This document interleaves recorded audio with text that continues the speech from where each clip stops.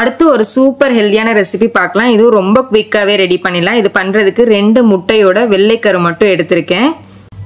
இதுல ஒரு பிரெட்டை வந்து டிப் பண்ணிக்கிறேன். நான் வந்து மல்டிகிரெயின் பிரெட் எடுத்திருக்கேன்.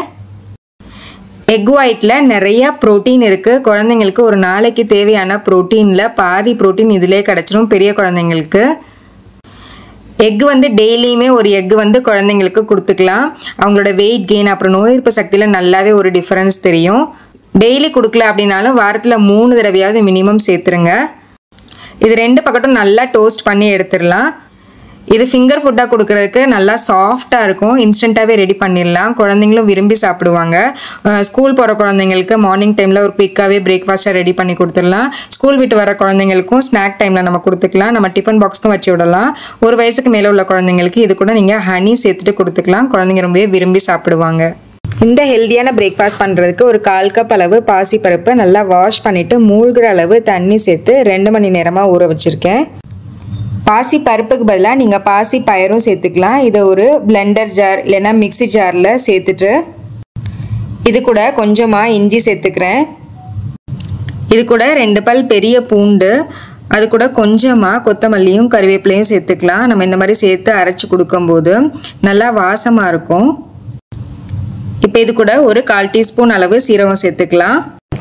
இப்போ இது வேணுங்கிற தண்ணி சேர்த்து நல்லா அரைச்சி எடுத்துகிட்டு வந்துக்கலாம்.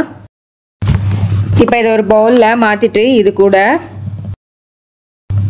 துருவின கேரட், பொடி பொடியாக நறுக்கின வெங்காயம், கொஞ்சமாக மஞ்சள் தூள், காரத்துக்கு ஏற்ற மாதிரி மிளகுத்தூள், அப்புறம் தேவையான அளவு உப்பு சேர்த்துக்கலாம். உங்களுக்கு வேணும்னா கேரட்டையும் வெங்காயத்தையும் சேர்த்தே மாவோட அரைச்சிக்கலாம். பட் நம்ம குழந்தைங்களுக்கு இந்த மாதிரி பழக்கிறது தான் நல்லது சின்ன வயசுலேருந்தே. இல்லைன்னா பெரிய குழந்தைங்க ஆனதுக்கப்புறமும் அரைச்சே தான் எதிர்பார்ப்பாங்க, அப்படியே சாப்பிட மாட்டாங்க. இப்போ ஒரு தவா ஹீட் பண்ணிவிட்டு அதில் கொஞ்சமாக நெய்யோ இல்லை பட்டரோ சேர்த்துட்டு நம்ம அரைச்சி வச்சுருக்க மாவை மினி பேன் கேக் மாதிரி ஊற்றி எடுத்துக்கலாம். நம்ம தினமும் இட்லி தோசை அப்படின்னு கொடுக்காம இந்த மாதிரி சத்தானதாக மாற்றி மாற்றி செஞ்சு கொடுத்துக்கலாம். இது ரொம்ப டைம் எடுக்காது, ஈஸியாக குவிக்காகவே ரெடி பண்ணிடலாம். பாசிப்பருப்பு வந்து குழந்தைங்களுக்கு ஈஸியாகவே டைஜஸ்ட் ஆகக்கூடியது. இதில் நிறையா ப்ரோட்டீன் இருக்குது, அப்புறம் விட்டமின்ஸ் மினரல்ஸ்லாம் இருக்குது. அது குழந்தைங்களோட ஓவரால் க்ரோத்துக்கு, பிரெயின் டெவலப்மெண்ட்டுக்கு, மசில் டெவலப்மெண்ட்டுக்கு, அப்புறம் ஆரோக்கியமாக எடை கூடுறதுக்கு ரொம்ப ரொம்ப ஹெல்ப்ஃபுல்லாக இருக்கும். நம்ம நெய்யில் சேர்த்து செஞ்சு கொடுக்கும்போது கிறிஸ்பியாக இருக்கும், அதே நேரத்தில் சாஃப்டாகவும் இருக்கும். நம்ம ஃபிங்கர் ஃபுட்டாக கொடுக்குறதுக்கு ரொம்ப பெஸ்ட்டான ஃபுட் இது. ஒரு பெஸ்ட்டான ஹெல்தியான வெயிட் கெய்னிங் பேபி ஃபுட் அப்படின்னு சொல்லலாம். அடுத்த ரெசிபி பார்க்கலாம். இது ரொம்ப சிம்பிளாகவே பண்ணிடலாம். இதுக்கு ஒரு பிளெண்டர் ஜார் எடுத்திருக்கேன். நீங்கள் மிக்சி ஜாரில் கூட எடுத்துக்கலாம். இதுக்கு ஒரு 10-15 கொண்டைக்கடலை அவிச்சு எடுத்து வச்சுருக்கேன் உப்பு போடாமல். இதை பிளெண்டர் ஜாரில் சேர்த்துட்டு இது கூட ஒரு வாழைப்பழம் சேர்த்துக்கலாம்.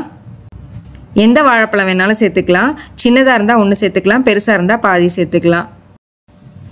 இப்போ இது கூட வேணுங்கிற அளவு பால் சேர்த்துக்கலாம். இது கொதிக்க வச்சு ஆற வச்ச பால் தான்.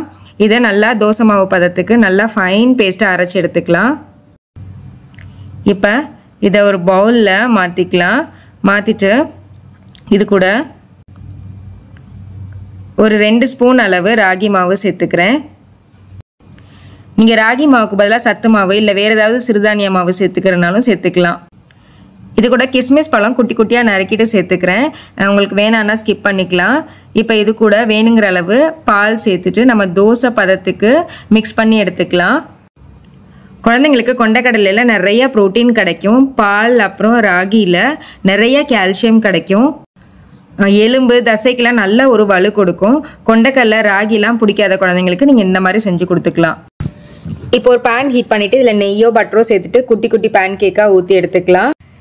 இது வந்து நீங்கள் குழந்தைங்களுக்கு பிரேக்ஃபாஸ்ட்டில் இல்லை ஈவினிங் டைம் ஸ்நாக்கில் இல்லை டின்னராக கூட கொடுத்துக்கலாம். ப்ளே ஸ்கூல் நர்சரி போகிற குழந்தைங்களுக்கு டிஃபன் பாக்ஸில் கொடுத்து விடலாம். ஸ்கூல் போகிற குழந்தைங்களுக்கும் ஸ்நாக்ஸ் பாக்ஸில் கொடுத்து விடலாம். இது குழந்தைங்களுக்கு ஃபிங்கர் ஃபுட் மாதிரி கொடுக்கறதுக்கு ரொம்பவே சாஃப்டாக இருக்கும். கொண்டைக்கடலை, பனானா, பால் எல்லாம் சேர்த்து கொடுக்கும்போது குழந்தைங்க தசை வலு அதிகமாகி நல்லா ஆரோக்கியமாக வெயிட் கெயினும் ஆவாங்க. அடுத்த ரெசிபி பண்ணுறதுக்கு ஒரு முட்டை எடுத்திருக்கேன். நீங்கள் முழு முட்டையும் குழந்தைக்கு கொடுத்து பழக்கம் இல்லை, மஞ்சள் கரு மட்டும்தான் கொடுத்து பழக்கம்னா மஞ்சள் கரு மட்டும் கொடுத்துக்கலாம். வெள்ளை கருவை ரிமூவ் பண்ணிக்கலாம். மஞ்சள் கருவும் கொடுத்து பழக்கம் இல்லை அப்படின்னா மஞ்சள் கரு குழந்தைக்கு நல்லா கொடுத்து பழக்கினதுக்கப்புறம் நீங்கள் இந்த ரெசிபி ட்ரை பண்ணலாம். இதோட 2 டேபிள் ஸ்பூன் அளவு துருவின பன்னீர் சேர்த்து நல்லா மிக்ஸ் பண்ணிவிட்டு கொஞ்சமாக மஞ்சள் தூள், 1/4 டீஸ்பூன் அளவு சீரகத்தூள், குழந்தையோட காரத்துக்கு ஏற்ற மாதிரி கொஞ்சமாக மிளகுத்தூள், தேவையில்லைன்னா விட்டுக்கலாம். அப்புறம் 1 வயசுக்கு மேலே உள்ள குழந்தைக்கு உப்பு சேர்த்துக்கலாம். சேர்த்து நல்லா மிக்ஸ் பண்ணிவிட்டு கடாய் ஹீட் பண்ணிவிட்டு பட்டர் கொஞ்சம் அப்ளை பண்ணிவிட்டு நம்ம இந்த பன்னீர் ஆம்லெட்டை ஊற்றிடலாம். 2 சைடும் நல்லா வேக விட்டு எடுத்துக்கலாம். குழந்தைக்கு முட்டை எப்போவுமே நல்லா வேக வச்சு தான் கொடுக்கணும். நம்ம பன்னீர் சேர்த்துருக்கனால ஆம்லெட் கொஞ்சம் சாஃப்டாக தான் இருக்கும், அதனால் பார்த்து திருப்பி விட்டுக்கோங்க. இது குழந்தைக்கு ஈவினிங் டைம் ஸ்நாக்ஸில் கொடுக்குறதுக்கு இல்லை ஃபிங்கர் ஃபுட் மாதிரி கொடுக்குறதுக்கு நல்ல ஒரு ஆப்ஷனாக இருக்கும்.